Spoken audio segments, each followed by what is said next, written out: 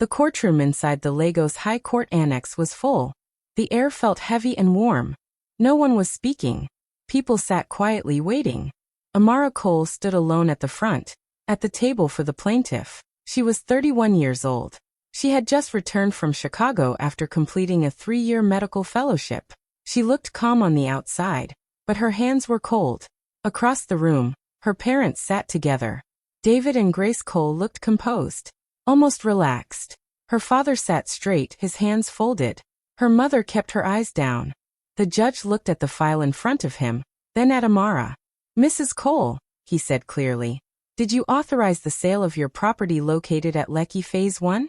The room became even quieter. Amara's heart beat faster. That house was not just property. She had bought it with her own money before leaving Nigeria. She had worked long shifts, saved carefully, and taken a mortgage in her own name. She had left the house in her parents' care while she was abroad. She lifted her head. "No, my lord," she said. "I did not." A low whisper moved through the courtroom. The buyer's lawyer stood up calmly. He adjusted his glasses and walked toward the judge with a file. "My lord," he said, "we have the signed transfer documents." The owner approved the sale. He handed the papers to the court clerk, who passed them to the judge. Amara felt confused. Signed documents? That was impossible. The judge studied the papers. Then he looked at Amara again. "These documents carry your signature," he said. The papers were shown on a screen for the court to see. There it was. Her name. Her signature. Perfectly written. But it was not hers. A loud gasp filled the room. People turned to look at her. Some looked shocked. Others looked curious. Amara's mouth went dry. "That is not my signature," she said slowly. "I never signed anything." Her mother shifted in her seat but did not look at her. Her father remained still. For a moment, no one spoke. Then suddenly David Cole stood up. His voice was strong and steady. "We did what we had to do," he said. "She abandoned us." The words hung in the air. Some people nodded.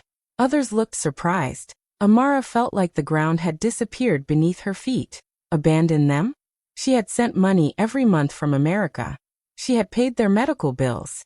The mortgage payments came directly from her bank account. She had worked night shifts and skipped vacations so she could support them. Abandoned?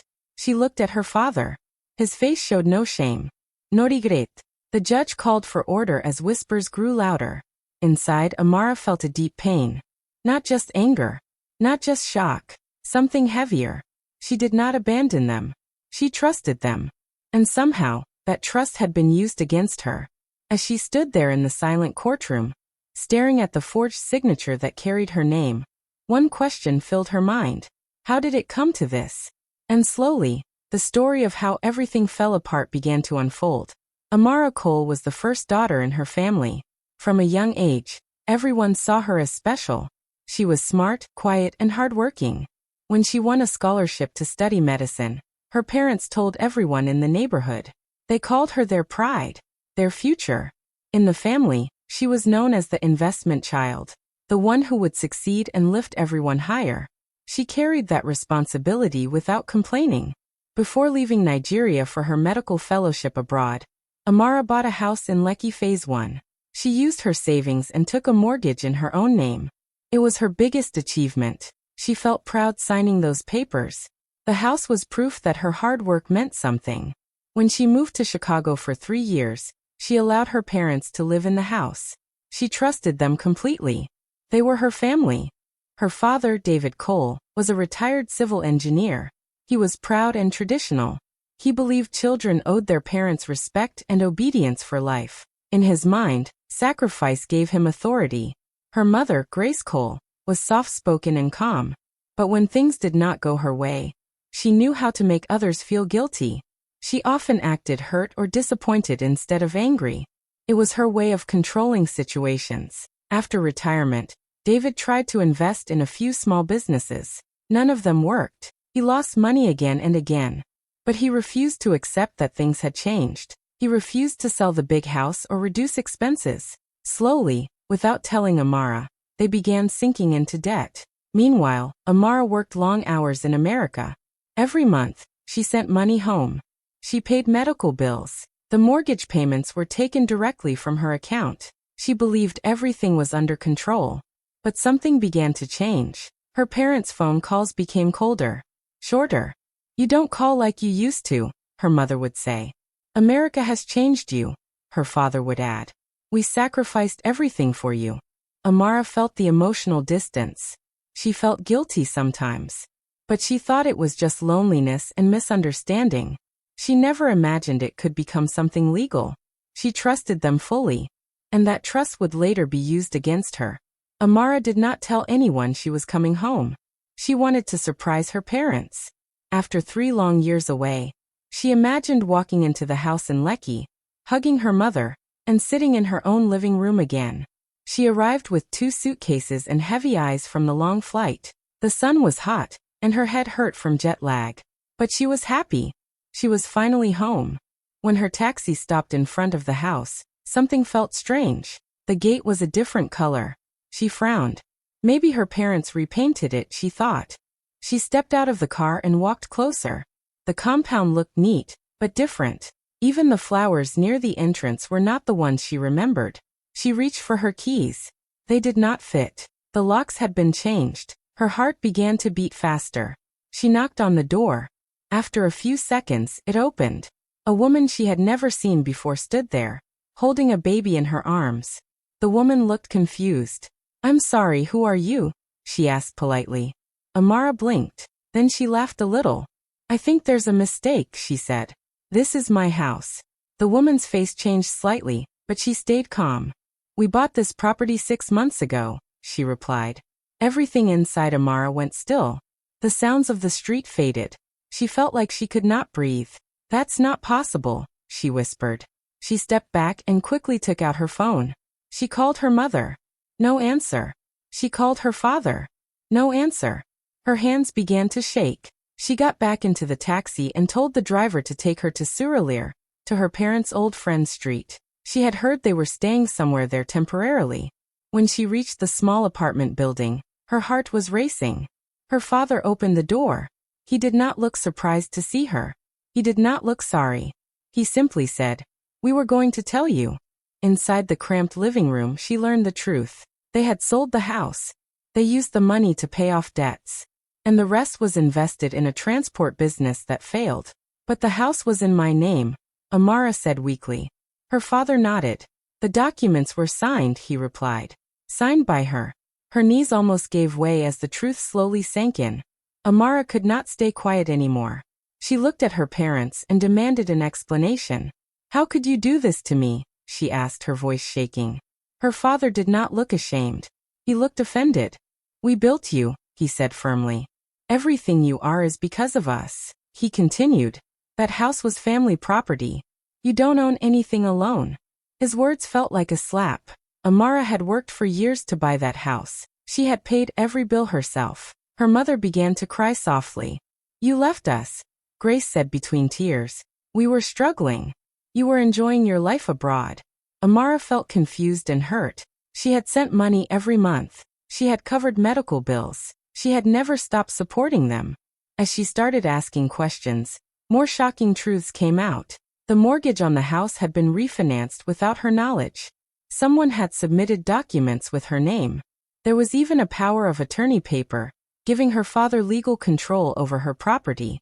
She had never signed such a document. The sale was handled by the family lawyer, Mr. Adebayo. When Amara went to confront him, he insisted everything looked proper and legal at the time. All documents were complete, he said. Nothing seemed suspicious. But Amara knew something was wrong. She decided to hire her own lawyer, Kemi Lawson. Kemi was calm, sharp, and serious about her work. She listened carefully to Amara's story and began to investigate. Soon Kemi found problems. The signature on the documents did not fully match Amara's real signature. An email approving the sale had been sent from a fake account that looked similar to hers. Even some notary records appeared to be changed. It was clear that something had been planned carefully. At the same time, pressure from family and community began to grow. Relatives called her ungrateful. "Why would you take your own parents to court?" they asked. Church members whispered when she walked in. Her younger brother, Tund, finally admitted something in private. Their father had pressured him to witness some of the documents. Tun knew it was wrong, but he was afraid. He signed anyway. Now he felt guilty and trapped. Amara felt alone. Her parents told everyone she had abandoned them in poverty. They painted her as selfish and cold. The fight was no longer just about a house. It was about truth and lies, about control and freedom. When the lawsuit was officially filed, David Cole spoke publicly. "She is destroying this family over property," he said. But inside her heart, Amara knew the real reason she was fighting. She was not just fighting for property. She was fighting for her identity, for boundaries, for the truth. The courtroom was full again. This time, the tension felt even heavier. Everyone was waiting for the final truth. A handwriting expert was called to testify. He studied the documents carefully and compared the signatures with Amara's real ones. After explaining his findings, he spoke clearly. "The signature on the property documents was forged," he said. A soft wave of whispers spread across the room. Then another expert showed email records. The message that approved the sale did not come from Amara's real email. It was sent from a fake account. The location of the email was traced to an internet cafe near David's former office. All eyes slowly turned toward her father. But the biggest shock was still coming. Kimmy Lawson stood up and presented bank records to the court. She explained that the money from the house sale was not only used to pay debts. A large amount of the money had been transferred to an offshore account. The account was in Grace Cole's name. The courtroom reacted with loud murmurs. People looked at Grace in surprise. Grace's hands began to shake. She looked at her husband, then at the judge. Under pressure, she finally broke down. Through tears, she confessed. David had been hiding gambling debts for years. He had lost large amounts of money. He convinced her that selling the house was only temporary. He promised they would repay Amara before she returned home. He said she would understand, Grace cried. He said we had no other choice. She admitted that she signed documents because she was afraid and trusted him. David suddenly stood up, angry and red-faced. He called Amara disrespectful. He blamed her education abroad. He said she had changed because of Western influence. Before anyone could stop him, Tun stood up. No one expected it. With a trembling voice, he told the court that he had seen their father practice Amara's signature for weeks. He said he once recorded an argument on his phone. The recording was played in the courtroom. David's voice filled the room. "She'll forgive us. She always does." Silence followed. The judge's face became serious and cold. In that moment, everything changed. The power in the room shifted. On the day of the verdict, the courtroom was quiet. Everyone waited for the judge's decision. The judge spoke clearly. The sale of the house was declared fraudulent. The property transfer was canceled. Legally, the house still belonged to Amara. The buyer would be compensated through a court bond, so they would not suffer for a crime they did not commit. The judge also recommended criminal charges for forgery and fraud against her parents. Amara felt a mix of emotions: relief, sadness, strength. She had the right to push for prison time. The law was on her side. But she made a different choice. She decided to withdraw her request for prison sentencing. She did not want revenge. She wanted justice and peace. Instead, she demanded full financial restitution. She made sure every legal tie between her and her parents was cut. All power of attorney privileges were permanently canceled. They would never have control over her property or finances again. She moved out on her own and stopped supporting them financially. For the first time, she created firm and clear boundaries. She also began therapy. She needed to heal from more than just a legal battle. She needed to understand her guilt, her fear, and her silence. Later, she bought back her house legally and properly restored it. Not as a daughter trying to please her parents, but as the rightful owner. Her mother tried to reconnect. She called and sent messages asking to meet. Amara agreed to listen, but she no longer allowed guilt to control her decisions. She spoke calmly and kept her boundaries strong. Her father never apologized. He remained silent and distant. That silence became his consequence. Amara slowly rebuilt her relationship with Tund. They talked honestly for the first time. It was not easy, but it was real. Through everything, Amara learned something important. She could be strong without being cruel. She could choose herself without hating her family. And she could protect her peace without feeling ashamed. Months later, Amara stands inside her restored home with fresh paint and new locks. She places a photo of her younger self on the mantle and whispers, "I didn't abandon you. I just grew." Her mother texts, "Are you okay?" Amara replies, "Yes, I am." Sunlight fills the room. She has her voice back.